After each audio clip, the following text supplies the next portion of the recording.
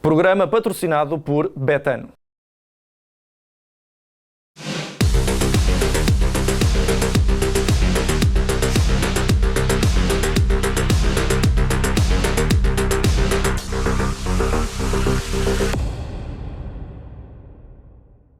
Olá a todos e sejam bem-vindos a mais um Deixem-se de Tangas. O meu nome é Mário Canjica. Como habitual, faço-me aqui acompanhar pelo João Rodrigues e também pelo João Pedro Oca, comentadores residentes deste programa. E nesta semana, em que continuamos aqui os três em posições distintas, não estamos ainda em estúdio, mas lá voltaremos em breve.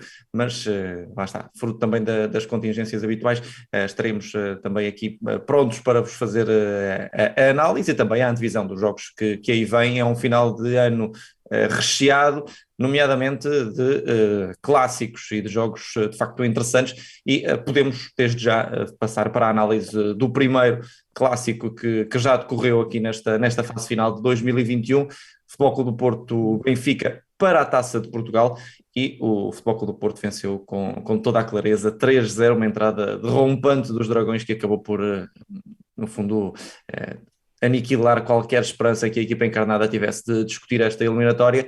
E João Rodrigues e João Pedro Oca, eu não estou em erro, nós em termos de apostas para este jogo divergimos. Eu acho que apostei na vitória do Futebol Clube do Porto. Não sei qual de vocês é que foi para, agora não me está aqui a vir à memória, qual de vocês é que foi para as grandes penalidades ou para Fui o eu, fui prolongamento. para os penaltis. Pronto. O Benfica Mas ganhava. Eu prefiro um empate, eu prefiro um empate. então pronto, ganhei eu a semana passada, pelo menos no 1x2. Mas João Rodrigues, aproveitando que foste tu que fugiu mais do marcador, pergunto o que é que mudou aqui no jogo para que o teu palpite fosse tão ao lado. Foi de facto o Benfica muito mau no Estádio do Dragão, provavelmente das piores exibições que tens visto do Benfica no Estádio do Dragão, não concordas? Pelo menos aquela primeira parte foi de certeza. Sim, desde já espero que tenham passado um Feliz Natal, vocês e quem nos vê.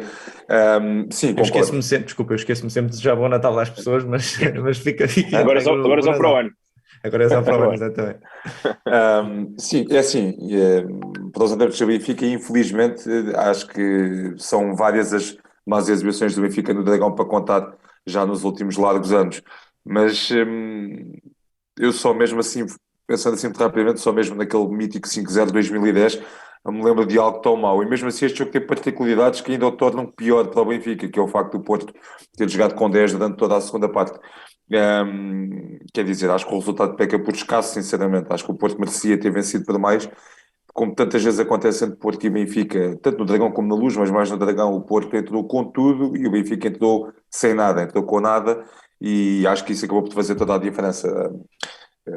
Federico Gol aos 30 segundos foi o pronúncio de que seria uma noite de gala para o Porto, mas o que me impressionou mais de facto foi a tremenda diferença de intensidade entre as duas equipas.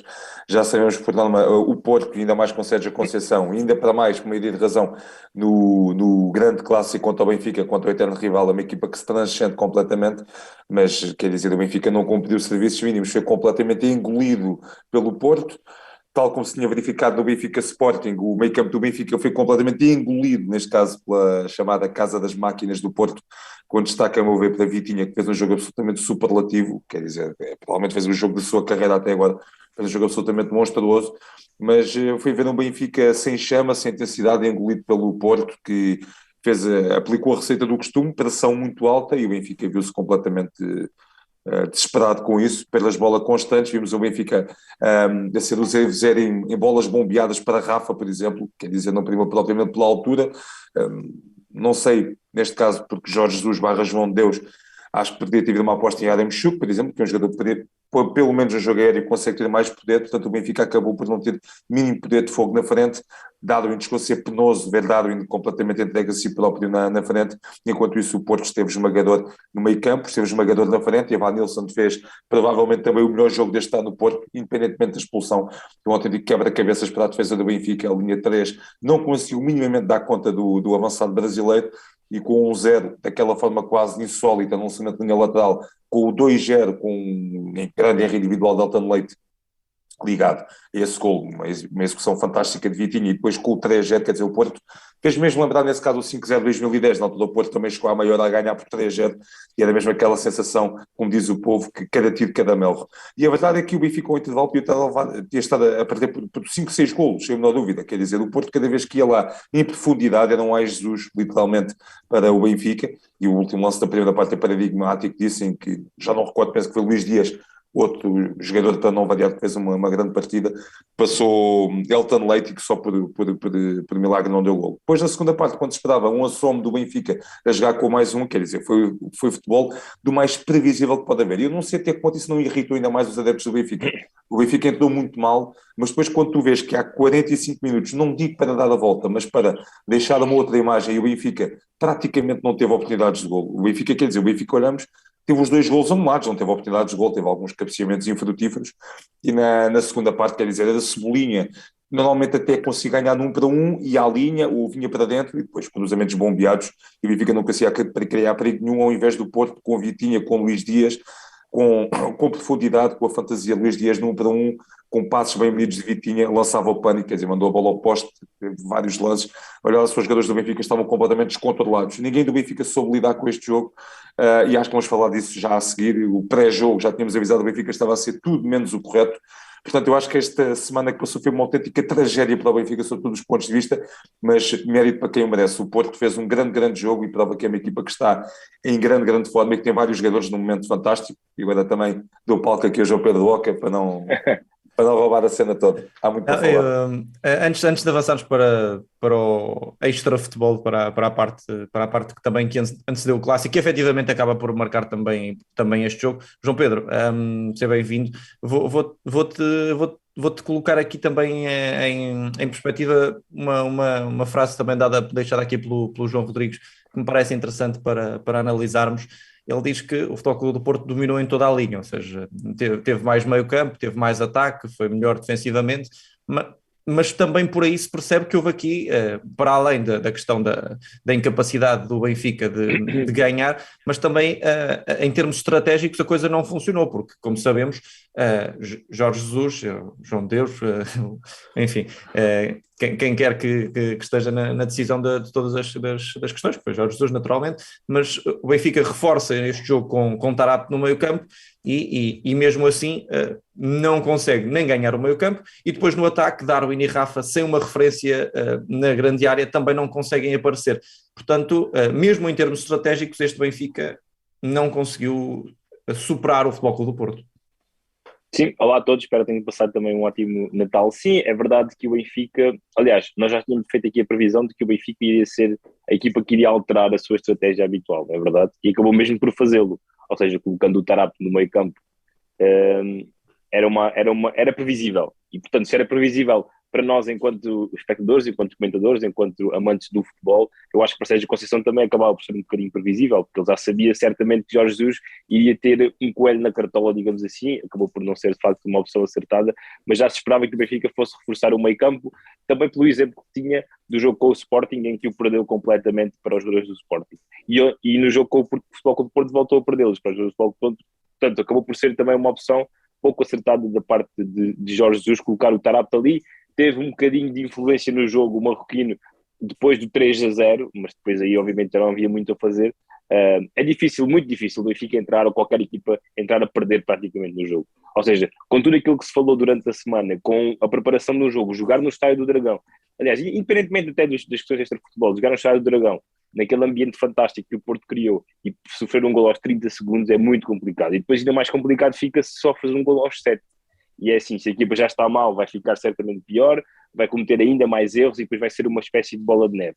Mas é aqui que as grandes equipas também têm de saber destacar-se, né? E o Benfica não soube destacar-se, o Benfica nunca soube reagir, nem mesmo com mais um jogador, e portanto isso é um sinal preocupante, e eu acho que esta é a questão que eu quero focar, é um sinal preocupante da forma como o Benfica entra em jogo e se mostra claramente inferior ao Futebol Clube do Porto, seja com 10, seja com 11, assim como já tinha acontecido com o Sporting, ou seja, o Benfica em 2 jogos desta época que faz com os principais rivais e tendo o plantel praticamente na máxima força, no jogo com o Sporting como no jogo com o Futebol Clube do Porto, ok, há um jogador importantíssimo que está de fora, mas já há algum tempo, que é o Lucas. De resto, o Benfica tem o plantel praticamente na máxima força, e tanto com o Futebol Clube do Porto como com o Sporting, mostra que está neste momento um nível inferior. Eu acho que isso é o que deve preocupar ainda mais os adeptos do Benfica, é que nos jogos com os grandes, já vinha da época passada, Jorge Jesus só ganha um jogo frente a um grande, que foi já o Sporting campeão na época passada, portanto são 7 clássicos em que Jorge Jesus perde, a juntar já a derrota na final da Taça de Portugal com o Braga no ano passado e também na Taça da Liga, portanto são sinais preocupantes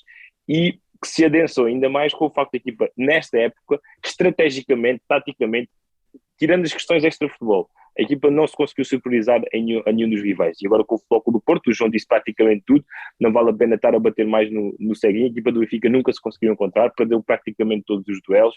Depois foi estranhamente previsível quando tinha mais um. E o Porto nunca teve medo do Benfica, e o Benfica entrou com medo do Porto e ficou ainda com mais medo do Porto à medida que os vídeos iam passando e à medida que ia sofrendo golos, e o Porto nunca teve qualquer receio do Benfica, era uma equipa completamente confiante em campo, muito superior. Eu acho que Sérgio Conceição manteve-se fiel às suas opções, mantendo o 4-4-2 e fazendo, na minha opinião, bem. Nem demos pela falta do Pepe, porque o Fábio Cardoso lá atrás fez de facto um excelente jogo, talvez tenha convencido os adeptos do Porto neste encontro. O Vitinho, obviamente, a provar que é um titularíssimo desta equipa, e depois Luís Dias, Taremi e Otávio são jogadores de uma intensidade, de uma qualidade, de uma entrega ao jogo absolutamente incrível. E quando tu conjugas tudo isto, não é fácil. Tu não é fácil teres um jogador com a qualidade técnica do Luís Dias e a criatividade e a imaginação que ele tem, que esteja tão comprometido com o jogo, que vá aos duelos, que ganhe bolas, que defenda, que faça carrinhos. Isto é absolutamente incrível.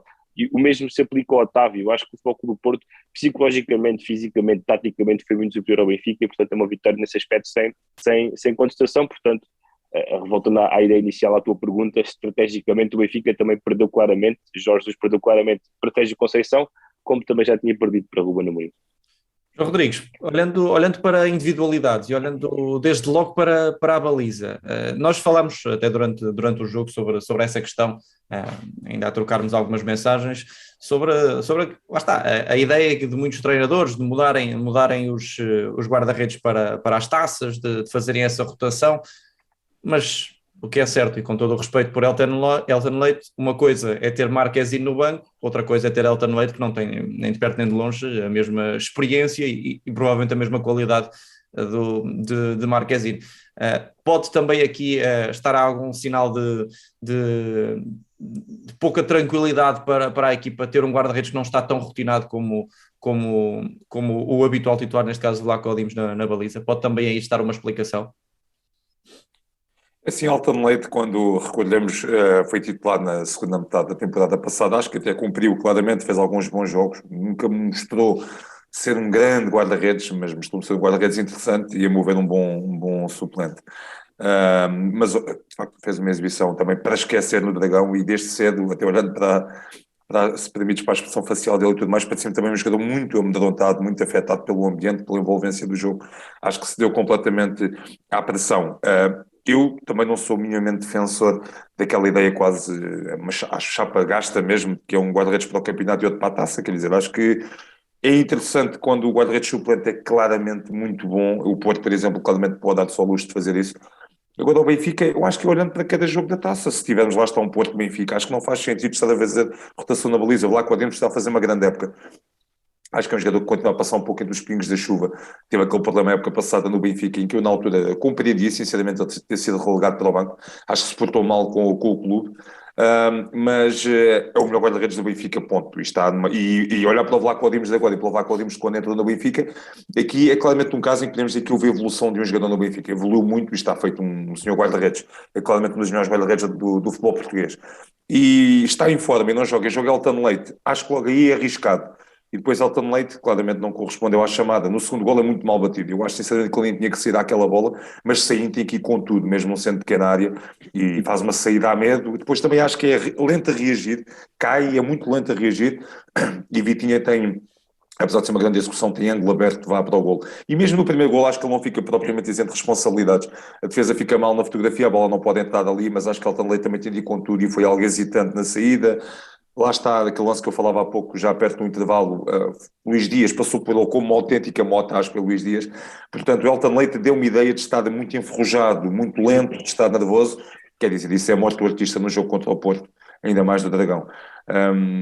Elton Leite teve uma noite muito complicada e se já não guarda-redes, penso eu, com muitos créditos nos adeptos do Benfica, perdeu vários e pode ter também aqui complicado muito a sua vida no Benfica, porque acho que vai ficar para sempre ligado a isto. Mas acho que é outra, ficou a prova provada e o Benfica não precisava disto, de que não vale a pena nestes jogos fazer rotação na baliza. Pergunta-me, Vlaco Dimos teria feito certeza um grande jogo? Poderia não o fazer. Poderia não o fazer e também dar casas, não é? Mas a verdade é que o Vlaco Dimos neste momento acho que é indiscutível, é melhor guarda-redes do que Elton Leite e uma equipa que tem um guarda-redes melhor do que o outro deve colocar esse mesmo. Portanto, João, eu acho que neste caso também depende um bocadinho dos momentos. Eu, se fosse treinador e olhando para as opções dos técnicos, eu valorizaria o facto de os guarda-redes jogarem em taças, neste momento taça de Liga, taça de Portugal, independentemente dos jogos. Eu acho que para ganhar o balneário, para ganhar os jogadores e também para, enfim, premiar aqueles que trabalham durante toda a semana, e tenho quase certeza que o Elton de facto é um bom guarda-redes também nos treinos, é um jogador que trabalha bem e que merece este tipo de oportunidades. Eu valorizo essa questão porque nós estamos a falar de uma época, estamos a falar de jogadores que têm nível e que de facto merecem as oportunidades. E obviamente estamos aqui a falar que o jogo correu mal ao Elton, mas também podia ter corrido bem, se calhar não estávamos a falar disso.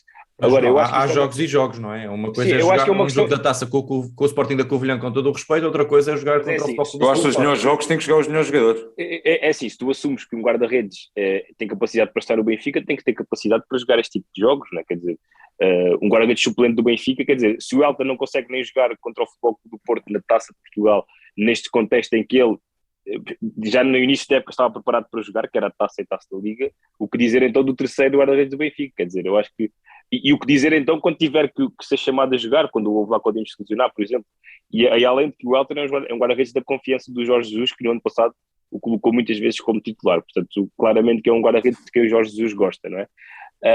A mim agora, o que me parece, desculpa interromper, só para não perdermos este tema. Individual, pronto. É isso, mas aqui a questão, se calhar, não é muito pela qualidade ou falta de qualidade do Elton Leite, é por um guarda-redes que não está habituado a jogar com regularidade, entrar de repente num jogo com a envergadura do jogo que é o jogo do Estádio do Dragão. É mais por aí. Também, ou seja, eu discordo em parte da opção também por essa questão do momento, ou seja, o Benfica ia ainda mais pressionado para este jogo, as coisas não estavam a correr bem. Também do ponto de vista exterior, ou seja, do ponto de vista externo, era evitável se calhar mais esta crítica que se apontasse ao Jorge Jesus, percebem? Neste sentido, ou seja, era evitável colocar um guarda-redes que não está tão rotinado, também por a questão da envolvência e pela questão do momento, mas na minha opinião, regra geral, se há um guarda-redes para jogar as taças, eu acho que deve acontecer, mas também já vimos Jorge Jesus colocar, por exemplo, Júlio César a jogar todos os jogos das fases até chegar à final e depois na final colocar o outro guarda-redes, né, João, por exemplo. Aconteceu várias vezes esta época. Foi o Rui Vitória. O Rui Vitória. Isso na altura deu polémica, sim. Epá, eu acho que isto é... Eu acho que não faz muito sentido definir... Não foi o contrário, João. Recorda-me. O Júlio César é... o Júlio César é que não joga os jogos e não joga a final. Com o Ederson. Já não me lembro bem. Com o Ederson, ok. Eu acho que já é uma ideia... Isto nos anos 90 então era quase limpinho. Havia mesmo guarda-redes do campeonato e das taças. Eu acho que... Quer dizer, eu acho que é um bocado o que o Mário estava a dizer. Eu acho que é jogo a jogo. E no Porto Benfica acho que tem que jogar dos melhores, ponto. Lá está. Eu não vejo os treinos do Benfica. Elton Leite, se calhar, até fez uma semana de treinos melhor do que lá que o Dimos antes do clássico. Agora, Jorge Jesus parece-me mantém alguns hábitos que já tinha na primeira passagem do Benfica, que é, quer dizer, com o Benfica sob fogo cruzado como estava, acho que era mesmo um jogo para não se inventar. Sim, é isso. E Jesus está-se um bocado à morte, quer dizer, parece que ainda fica mais tentado em inventar. E no Dragão então já são vários episódios, quem não se lembra de colocar a David Luiz a defesa esquerda e sabe eles começar no banco, e agora esta do Elton Leite, quer dizer, depois aparece uma equipa deste com Tarat, e Adam Chuk não joga de início, nem Seferovic, quer dizer, Jorge Jesus, eu não percebo o que é que vem naquela cabecinha, daquele binómio Jesus-Deus, não sei, mas a verdade é que eles se metem muito a jeito, parece-me que é um bocado isso, eles metem-se mesmo muito, muito a jeito, portanto tenho que perceber os adeptos do Benfica a irritação, porque o Benfica com os jogadores que tem não faz o menor sentido apresentar como se apresentou no Dragão, quer dizer, acho muito estranho. Sim, é isso, ou seja, do ponto de vista dos adeptos, eu percebo claramente que seja difícil aceitar toda esta semana, quer dizer, a polémica que era claramente evitável, o silêncio ensurdecedor de toda a gente, e depois a forma como a equipa se apresenta, ou seja, isto é quase a tempestade perfeita, não é?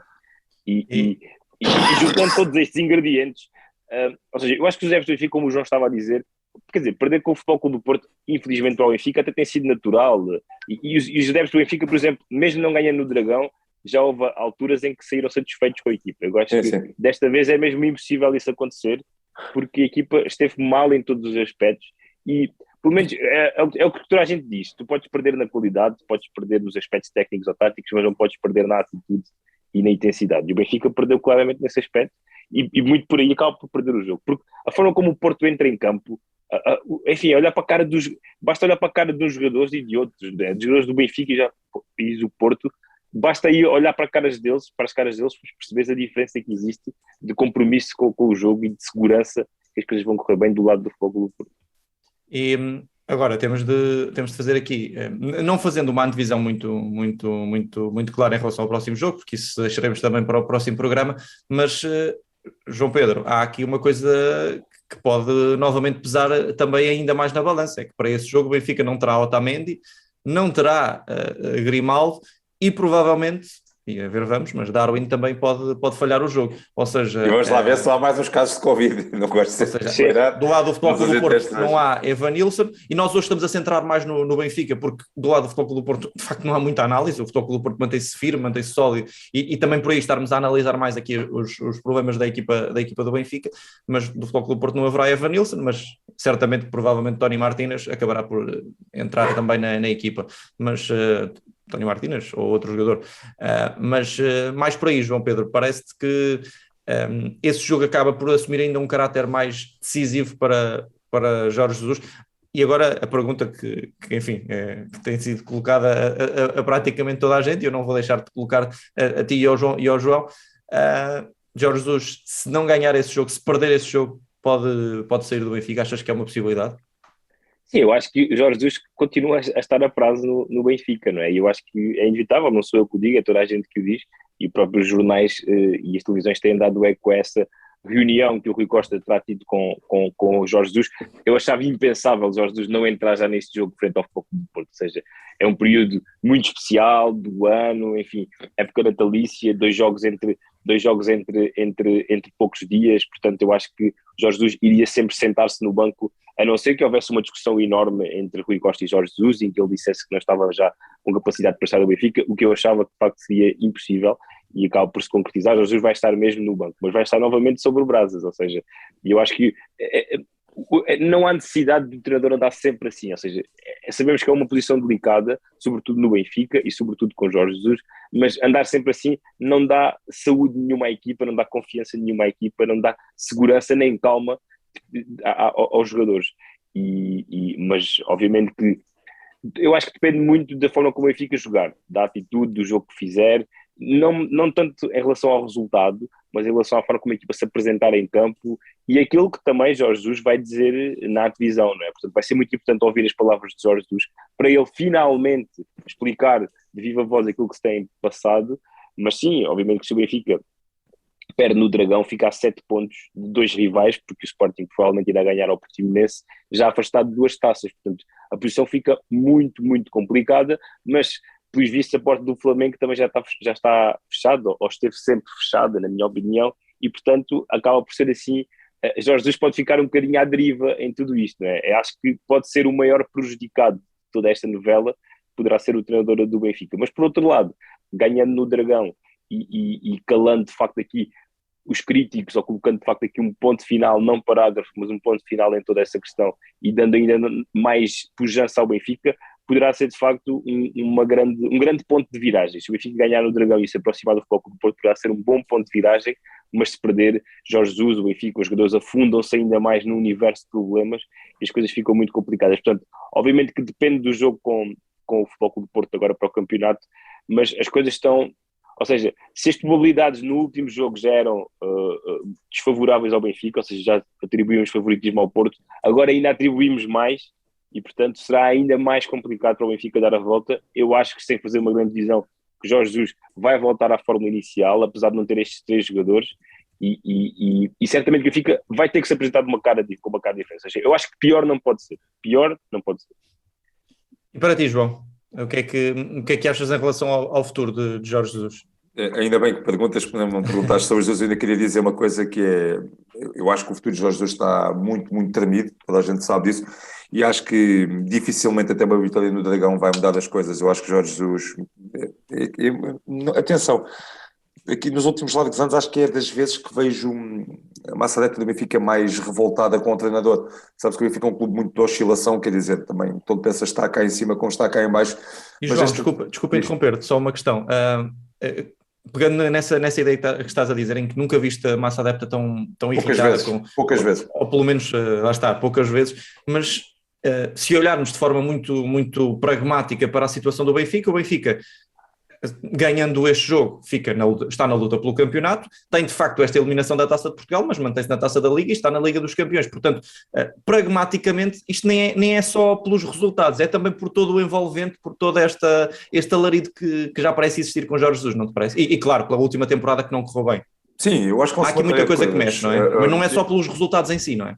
As expectativas são muito mal geridas, ninguém sabe bem desta fotografia. Jesus, quando chegou ao Benfica, não tinha nada que ter, quer dizer, eu percebo de um lado que quisesse aglutinar adeptos, depois do final traumático da época 19-20, mas quer dizer, encheu muito o balão, foi uma aposta total, contratações muito valiosas, sem dúvida. O Benfica jogou um futebol muito mau na época passada, tirando algumas exceções.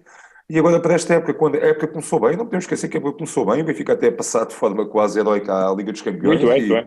E até o jogo com o Barcelona, a praticar bom futebol.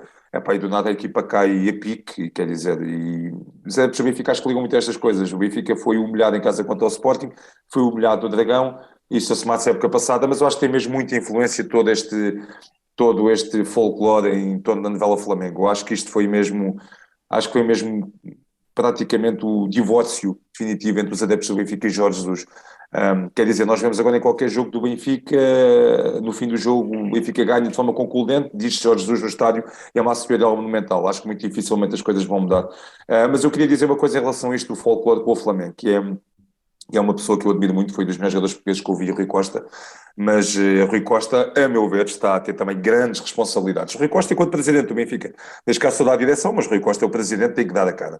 E é legítimo Rui Costa querer que Jorge Jesus saia, cada vez mais me parece que a direção do Benfica quer que Jorge Jesus saia, parece evidente, até por declarações à imprensa no âmbito de Jaime Antunes, um vice, cada vez mais me parece que foram coisas mesmo planeadas, mas quer dizer, por mais que seja a vontade de Rui Costa, por maior que seja Jorge Jesus sair, Rui Costa tem que pensar no Benfica e nos seus adeptos.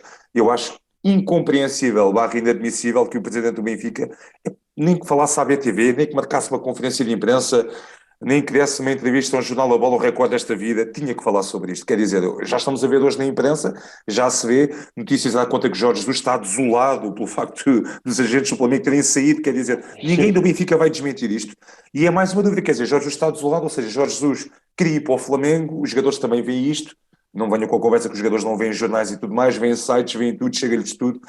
Acho incompreensível, sinceramente, como é que um clube como o Benfica se viu envolvido numa novela destas, acho que é uma novela de anos 80, 90, terceira categoria, e acho incrível como Rui Costa não diz uma palavra sobre isto. Acho mesmo que era... Aliás, já perdeu o timing, a meu ver, mas teria que ter falado sobre isto, e neste exame está a chumbar muito Rui Costa. Rui Costa tem que ser, a meu ver, muito mais... João, e a posição tanto um como o outro está fragilizada, ou seja, como estavas a dizer, muita gente da direção do Benfica quer há muito tempo que Jorge Jesus saia, há muito tempo, ou seja, sendo uma aposta pessoal de Luís Filipe Vieira, já com esta mudança de direção, claramente houve muita gente que quis que Jorge Jesus saísse, independentemente dos resultados, e depois a fragilidade de Jorge Jesus é tão grande que, como ele não consegue agradar à maioria da massa adepta do Benfica, qualquer tiro em falso, qualquer deslize, acaba por pagar muito caro o treinador do Benfica, e portanto também já se disse que Jorge Jesus se sente um bocadinho desprotegido porque também ninguém o defende e ninguém se atravessa por ele. Por outro lado também há essa questão do Rui Costa nunca ter dito e ter perdido o timing, também concordo contigo, sobre, ou seja, os adeptos do Benfica, as pessoas do Benfica não sabem se o Jorge Jesus está ou não comprometido com o clube e se o Rui Costa quer ou não o treinador, ou seja, parece aqui uma relação, uma paz podre, não é? Uma coisa que não se percebe muito bem. Eu sei que as coisas no futebol valem o que hoje é verdade, amanhã é mentira, como diria Pimenta Machado, mas quer dizer, nem que o Rui Costa dissesse, por mais que não o pensasse, mas dissesse de uma forma convincente, Jorge Jesus fica até final da época, ponto. O clássico tem contrato até final do ano e depois vemos. Mas é que nem isso ele disse, e como ex-jogador, jogador de excelência que foi, passou por tanto balneário, viveu tanta coisa em vários clubes, na seleção, viveu crises, faz muita confusão como é que Rui Costa, ainda para mais, isso está fora de questão, que é muito benfiquista, adora o clube, não veio a terreiro falar uma única vez, faz muita confusão mesmo. Acho que Rui Costa sai muito mal desta fotografia, muito mal. Todos saem muito mal, todos mesmo, Jorge Jesus muito mal, mas Rui Costa também não fica nada isento de responsabilidades.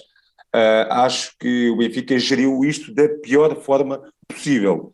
Isto acaba por ser quase anedótico, vendo que o Flamengo estiveram aqui a passear-se. Acho que até foi o Boca que lançou isso e que tem razão. Cada vez mais parece que foi quase uma provocação.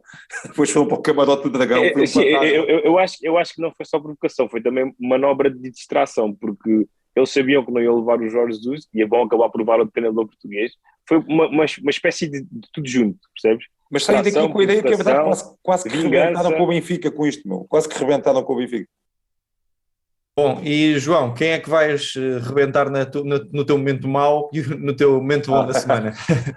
Bem, foi uma boa passagem. Olha, no meu momento bom, já falei aqui há pouco, vão ter o Evanilson do Futebol Clube do Porto, avançado, porque apesar de ter sido expulso, e acontece, foi uma acumulação de amarelos, acho que é um jogador, falo para mim, que me tem surpreendido muito. Como se diz em boa gíria, não dava muito por ele, aqui há uns meses, e é uma peça muito importante neste Porto, acho que é uma peça já imprescindível, e acho que fez uma primeira parte absolutamente fantástica, colocou de gatas completamente a defesa do Benfica, com uma grande mobilidade, e está cada vez melhor também na finalização. Lá está, é um jogador a Porto, como acontece tanta vez no Porto, jogadores que aparecem quase anónimos e que se tornam craques, e há que estar ali um belo jogador da Sérgio Conceição. Para mim o lado negativo, não sei se iríamos falar disto já não há muito tempo, mas Paulo Sousa, muito rápido, Paulo Sousa, porque cada treinador, claro, com qualquer profissão é livre de fazer aquilo que quiser, não sei qual foi a proposta do Flamengo, mas Paulo Sousa, que fica para sempre ligado como jogador àquela questão de 93 do Benfica, foi para o Sporting, aquilo foi para a Justiça e ficou quase uma persona não grata para todo o universo encarnado, teve esta questão com a Polónia e deu-me pena realmente, por exemplo, ler lendas como Boniek, por exemplo, acho que estava mesmo desolado. Mas como acho que até dizias em off, Mário, ele não escolheu um bom país, digamos, para se meter, que os polacos não são provavelmente pessoas calmas por norma, acho que não havia necessidade nenhuma disto, acho que fica muito mal quando abandona-se a meio um projeto, quer dizer, e acho que foi quase uma coisa sigilosa, a Federação Polaca ficou, como costuma dizer, completamente a arder com isto. Acho que Paulo Sousa tem que repensar, já como jogador, igual como treinador, da forma como negocia contratos e tudo mais. Acho que fica muito mal nesta fotografia, Paulo Sousa. Acho que não foi correto pelos dados que tenho, claramente não foi correto com a Federação Polaca. Desejo felicidades no Brasil, mas acho que não é forma de negociar com outras equipes. João Pedro. Em relação ao meu mais, eu gostava de destacar as palavras do Mateus Nunes em relação ao João Mário. Não sei se viram, deu uma entrevista esta semana em que elogiou muito o ex-jogador do Sporting, ex-colega de equipa de Mateus nos Leões, a dizer que ele o ensinou muito na tomar a decisão, na questão do último passe, que é um jogador muito bom a guardar a bola, ou seja, elogios de um jogador do Sporting para um jogador do Benfica, o jogador do Benfica agora que saiu do Sporting, ou seja, um mal amado entre os adeptos do Sporting, mas o Mateus Nunes a deixar aqui um exemplo, a deixar aqui uma prova de que pode haver fair play, pode haver desportivismo, pode haver amizade entre dois grandes jogadores de dois grandes clubes, dois grandes rivais, e eu gostei muito de ler essas palavras do Mateus Nunes em relação ao João Mário. São dois colegas de seleção e acabam por ser eles a dar o exemplo para os adeptos de que as coisas podem, de facto, falar daquilo que é o mais importante e de haver esta rivalidade saudável entre os dois clubes. Portanto, por mais que os jogadores passam, os clubes também passam, mas eu acho que o mais importante que fica é os ensinamentos que temos, independentemente de quem seja e de onde venham. Portanto, gostei muito de ler as palavras do Mateus em relação ao João Mário. E em relação ao menos, eu vou colocar o Braga, porque com o facto do Benfica de jogar contra o Porto no Dragão, acho que esquecemos um bocadinho aqui a eliminação do Braga, que é o detentor em título da Taça de Portugal, que acaba por sair de uma forma precoce, perante uma equipa, apesar de ter qualidade, que é o Vizela, mas que estava claramente ao alcance dos arsenalistas. O Braga volta a cair numa taça, já tinha acontecido na Taça de Liga, mesmo sem defrontar equipas grandes. Podia ter, de facto, carimbado o apuramento para o oitavo final da Liga Europa de forma direta, também não o fez.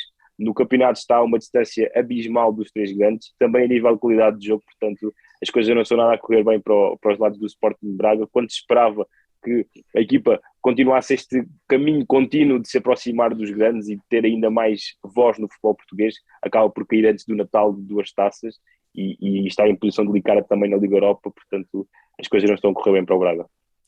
Pronto, e deixa-me só, antes de avançarmos para a zona de apostas, Betano, deixar aqui um momento menos eu só, nunca costumo dar, mas tenho de deixar aqui este reparo que é uma claro, coisa que me está aqui a chatear bastante. Uma figura É um momento, não, só vou dar coisas negativas quando for para falar, é absolutamente inacreditável como é que estamos aqui a chegar ao final do ano e ainda não há um calendário de jogos da Liga sequer para janeiro, para a primeira jornada de janeiro. Acho que é inacreditável, inconcebível e enfim, já o ano passado acontecia estarmos a 2-3 dias dos jogos e não sabermos os dias dos encontros e neste ano continua tudo igual. Acho absolutamente inacreditável. O mapa da Moreira às 11 é que não me sai da cabeça. Tudo, jogos a dia 31 às 5 da tarde, enfim.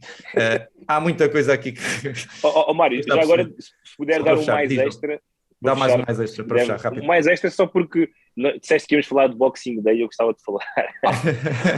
Muito rápido, João. Não, é muito rápido até porque pronto, nós estamos em isolamento e de facto fantástico ver esta tradição ainda, sobretudo para as pessoas que gostam de futebol e de facto no dia de Natal ver aqueles jogos da Premier League é fantástico. O City deu 6-3, atenção, Sporting 4-0 ao intervalo e o meu destaque é mesmo para o Romelu Lukaku, que fez um grande jogo no Chelsea. Entrou, para mim, é o melhor avançado do mundo nesta altura e adoro ver um jogador como aquele e tenho pena que não haja mais avançados com a característica dele, porque é fantástico. Ele ontem entrou ao intervalo, fez um golo, ganhou um penalti e ter feito mais 2 ou 3, de facto, excelente e ainda bem que há este tipo de tradições no futebol e para quem está em isolamento então é perfeito. Mas olha que o Guardiola e o Tuchel não estão muito de acordo contigo. Tem sido muito crítico. Mas quer dizer, é tentar acabar com uma tradição mesmo. Sim, eu acho que estão críticos especificamente desta. Eu acho ou seja, houve vários jogos adiados também, fruto da pandemia. Mas o Guardiola deu uma conferência de imprensa absolutamente fantástica antes do jogo com o Leicester. É quase uma análise social ao povo britânico, a dizer que não só apoia nada, mas quer dizer, olha para o estádio e não vê uma única pessoa de máscara e nos centros comerciais. É só por aí. Sim, é verdade. E a forma como depois foi engolido também pelos britânicos, até vários presidentes de alguns clubes que lhe disseram, bem, não és ninguém para vir aqui acabar com tradições e dizeres o que queres dizer sobre o nosso povo. Não, é uma grande tradição, sem dúvida. É uma grande tradição. Ok, falar de Boxing Day, falar de tudo, falar de clássico, vamos à zona de apostas Betano. Zona de apostas Betano. Ora, chegamos à zona de apostas Betano, temos Sporting Portimonense, Sporting que está numa maré absolutamente sensacional, vitoriosa, perante um Portimonense tem sido uma das boas surpresas deste campeonato. Eu arrisco vitória do Sporting e João Pedro Oca quer saber do teu lado. Sim, também acho que o Sporting vai ganhar, mantendo esse bom momento. A equipa está de facto numa onda verde absolutamente incrível, deverá estar certamente um ambiente muito bom em Alvalade, portanto mais uma vitória do Sporting. João Rodrigues. Eu também não tenho grandes dúvidas. Acho que tem tudo para ser um jogo muito interessante, Réveillon, mas acho que o Sporting vai ganhar 3-1, a contar com o apoio dos seus adeptos. E ainda às odds Betano, apostas Betano para a vitória do Sporting 1,25, empate modo de 5 e, claro, em relação à vitória do Portimonense, modo completamente diferente, neste caso de 10, para uma vitória algarvia em Alvalade. Muito bem, será certamente um belo jogo entre o Sporting campeão em título e o Portimonense, uma das grandes surpresas pela positiva deste campeonato. Do nosso lado é tudo, hoje focamos aqui a análise então no clássico, mais até da parte do Benfica, para perceber o que correu mal da parte encarnada e claro, o que correu bem no Futebol Clube do Porto. Já sabem, quarta-feira estamos de volta com mais um Deixem-se de Tangas, o último de 2021. Cá estaremos para esse mesmo programa. Obrigado, João Pedro Oca, obrigado, João Rodrigues, obrigado a todos os que nos acompanham. Meu nome é Mário Cajica, espero que tenham gostado. Um grande abraço e até quarta. Um abraço. Tudo bom, pessoal?